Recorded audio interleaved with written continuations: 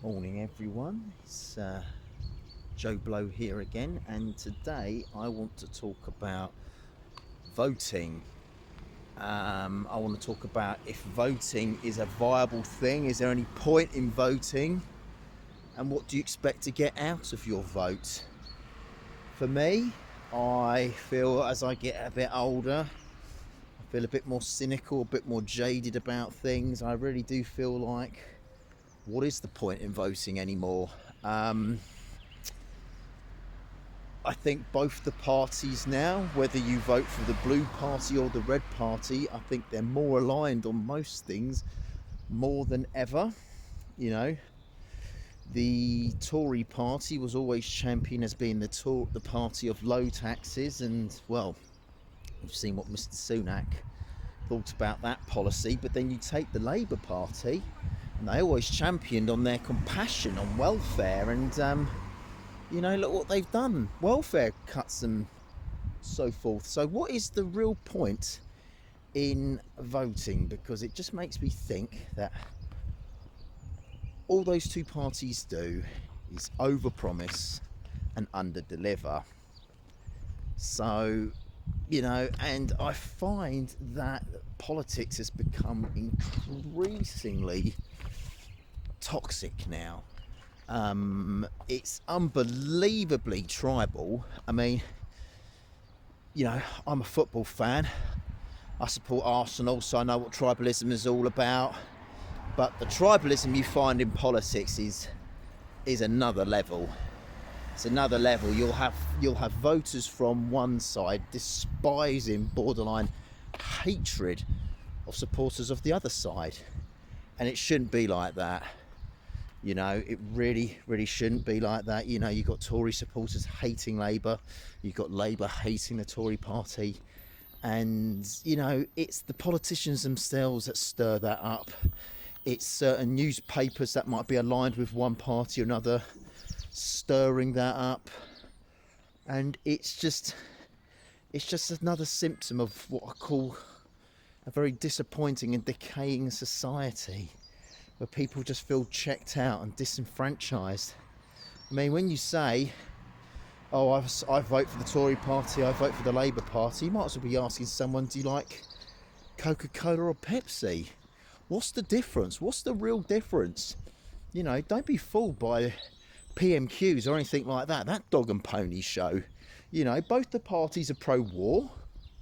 They will support any war that is sanctioned by America up until the point where the war is no longer economically viable for interested parties. I mean, they bitch and crab over the NHS, and it's always about who's going to support the NHS the most. But that's turning into an unsustainable system, isn't it? I mean, you could do an entire video about the NHS.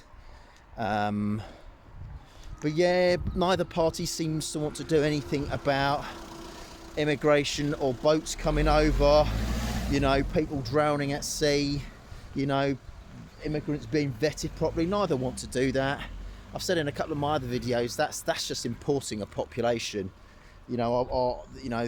People aren't getting married these days, they're not having kids, therefore the government feels like it has to import a growing population. And that comes with its own problems, because there's no long-term thinking. I think that's part of the problem with politics now. There is no long-term planning. I think one party, especially one prime minister, just thinks from one general election to the next. If that leader has not been backstabbed at that point and forced out. And I watched a podcast recently, and Jimmy Carr was on it, and he came up with something, and I actually thought there was a bit of merit to it. He was saying how there should be a way that perhaps politicians or perhaps a leader should be rewarded later on in life. So if he makes a promise that can't see any outcome for years to come, long after that politician, that prime minister has left office, that they should be rewarded in some ways. And I know what people are going to say, oh, politicians get enough money as it is, they don't need to be rewarded. I agree on that. I think politics has become a bit of a millionaires club only. But as a result, what you've got now, you've got this system where they're only thinking very, very short term. What can I do between now and the next general election to give the masses just a little bit of something to make them vote for me again?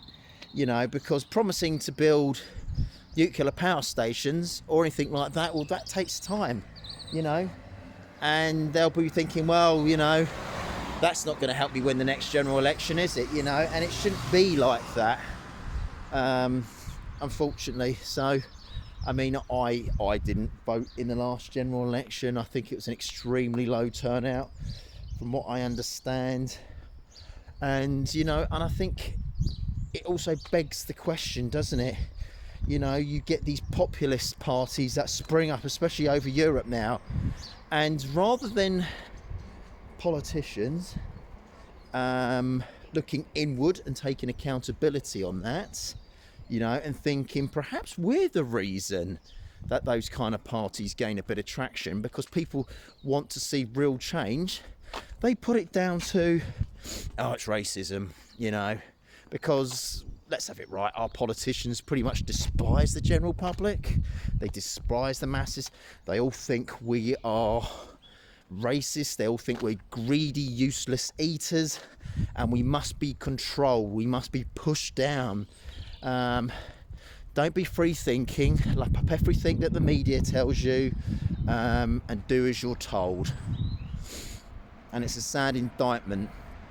So I think politics has become much, I think the rivalry between parties and their supporters is just a fever pitch, and it shouldn't be like that. If you want to vote, that is your democratic right, but are you actually seeing democracy being fulfilled? I don't think so. I'm not convinced by that.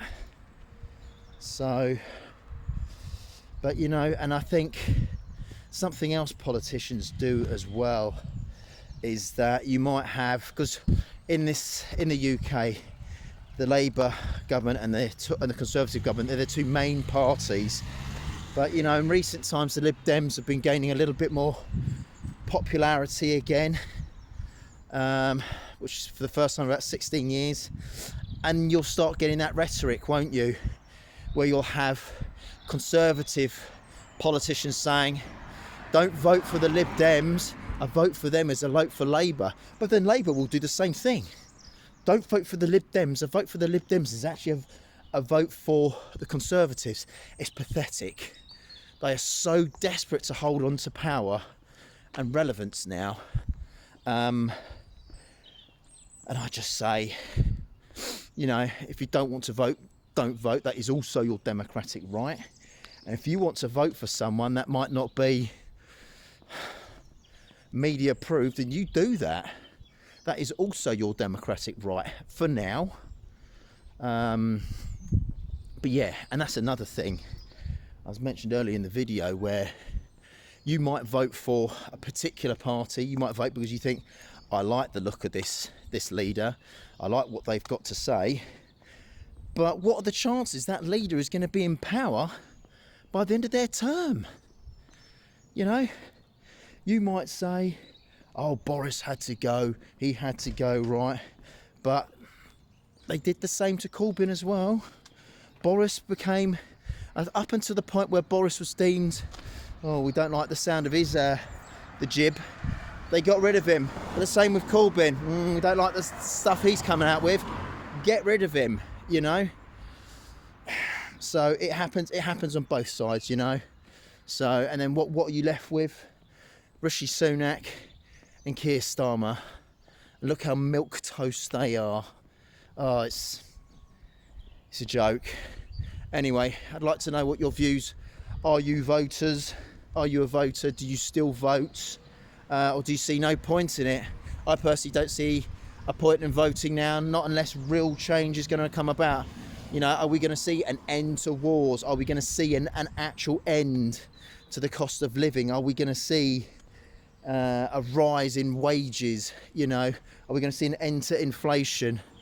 And until those things happen, why carry on voting for more of the same? You know, to carry on voting for something over and over again and expecting a different outcome each time is insanity, isn't it? Anyway, peace out.